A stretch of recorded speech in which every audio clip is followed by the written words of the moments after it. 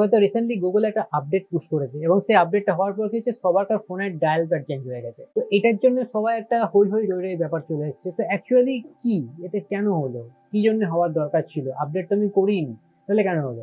দেখো, যে কোনো কোম্পানি তাদের অ্যাপসে একটা টাইম টু টাইম কিন্তু আপডেট দেয় এবং আপডেটগুলো অনেক সময় আপডেট করতে হয় না আমাদের প্লে স্টোর থেকে, অটোমেটিক তার সিস্টেম যে ইউজার এক্সপিরিয়েন্স রয়েছে, তার ইউআই রয়েছে, ইন্টারফেস রয়েছে, সেটা কিন্তু টাইম টু টাইম চেঞ্জ হয়। সেটা তুমি যদি ফেসবুকের অ্যাপে দেখো, কখনো দেখবে এই অপশনটা এখানে আছে, কখনো এই অপশনটা এখান থেকে ওখানে চলে গেলো, ঠিক আছে? কখনো দেখবে হোয়াটসঅ্যাপের স্ট্যাটাস মাঝখানে চলে আসছে, কখনো স্ট্যাটাস সাইডে চলে যাচ্ছে, কখনো ওপর দিকে চলে যাচ্ছে, এরকম নানা রকমেরই কিন্তু চেঞ্জেস হয়ে থাকে। এবার সেইগুলো আমাদের একটা থার্ড পার্টি অ্যাপ, তো সেই কারণে আমরা অতটা হয়তো গুরুত্ব দিই না, বা ওগুলো ছোটখাটো মাইনর ব্যাপার বলে আমরা সেটাকে দেখি না হয়তো। ইনস্টাগ্রামে অনেক সময় দেখবে যে রিল অপশনটা আবার এদিকে আসছে, ওদিকে আসছে, আবার মাঝখানে আসছে, এরকম হয়ে থাকে। কখনো লাইক বাটনটা নিচে থেকে উপরে চলে যাচ্ছে। তো এইরকমই গুগল একটা আপডেট এখানে পুশ করেছে, যেখানে তারা পুরোপুরি যে ডায়াল প্যাড রয়েছে, পুরোপুরি ডায়াল প্যাডটাকে চেঞ্জ করে দিয়েছে। আমরা আগে যেভাবে কল ধরতাম, এবং আমি আগেও দেখেছি, শুধুমাত্র এইবারে নয়, এবার জিনিসটা ভাইরাল হচ্ছে তাই আমি দেখেছি কখনো সাইড দিয়ে তোলা যেত, কখনো উপরে এইভাবে তোলা যেত, কখনো এইভাবে তোলা যেত। এবারে সেটাকে চেঞ্জ করে দিয়েছে একটুখানি।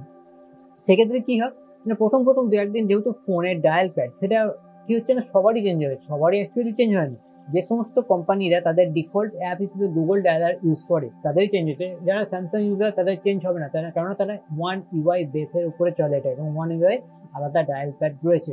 সম্ভবত রেডমিরও আলাদা ডায়াল প্যাড রয়েছে, বা রিয়েলমিরও আলাদা ডায়াল প্যাড রয়েছে, সেই কারণে তোমরা যদি ওয়ান প্লাসে দেখো সেখানে তোমরা দেখতে পাবে। এবং কাস্টম যারা ইউজ করে, মানে কাস্টম অ্যান্ড্রয়েড যারা ইউজ করে, সেই সমস্ত কোম্পানিতে তোমরা দেখতে পাবে না। যারা স্টক অ্যান্ড্রয়েড ইউজ করে, লাইক মোটোরোলা বলো, ঠিক আছে, এই সমস্ত ফোনে কিন্তু তোমরা দেখতে পাবে যেখানে ডেডিকেটেড কোনো আলাদা করে ডায়াল প্যাড নেই, গুগলেরই ডায়াল প্যাড ফোন করার জন্য ইউজ করা হয়, ঠিক আছে? তো সেই ক্ষেত্রে অসুবিধা এখানে কিচ্ছু নেই, এটার জন্য ভয় পাওয়ার কিচ্ছু নেই। জাস্ট একটু চেঞ্জ হয়েছে, এদিক ওদিক হয়েছে। এবার তুমি যদি চাও যে না আমার দরকার নেই, আমি যেটা পুরোনো সেটা দিয়ে অভ্যস্ত থাকতে পারি, তাহলে কিচ্ছু করতে হবে না। যে ডায়াল প্যাডটা রয়েছে সেই ডায়াল প্যাডটাকে লং প্রেস করবে, আই বাটন আসবে, একটা আই বাটন আসবে, সেখানে গিয়ে দেখবে উপরে দিয়ে কোনো থ্রি ডট পাবে, সেখানে আপডেট আনইনস্টল করে দেবে, বা প্লে স্টোরে গিয়ে ফোনটাকে সার্চ করবে, যে phone dial pad Google dialler দিকে সার্চ করবে, আসবে, লোগোটা দেখবে, নিচে গুগল লেখা আছে সেটাও দেখবে, সেখানে আনইনস্টল আপডেট করে দেবে। ফোনটা কেনার সময় যেরকম ছিল ঠিক সেই রকমই হয়ে যাবে, ঠিক আছে? এতে ভয় পাওয়ার কিচ্ছু নেই, প্রত্যেকটা অ্যাপের ক্ষেত্রেই কিন্তু এটা হয়। আর হ্যাঁ, আজকে এই ভিডিওতে এইটুকু ইনফরমেশন তোমাদের দেওয়ার ছিল, কোনো প্রবলেম নেই, আরামসে ইউজ করো। আর যদি বাংলাতে টেকনোলজিক্যাল রিলেটেড তোমাদের ভিডিও লাগে তাহলে কিন্তু অবশ্যই প্ল্যানেট এম্পায়ারকে সাবস্ক্রাইব করে রাখো। দেখা হচ্ছে আবার এক নতুন ভিডিওতে, তখন ভালো থাকো, চলো।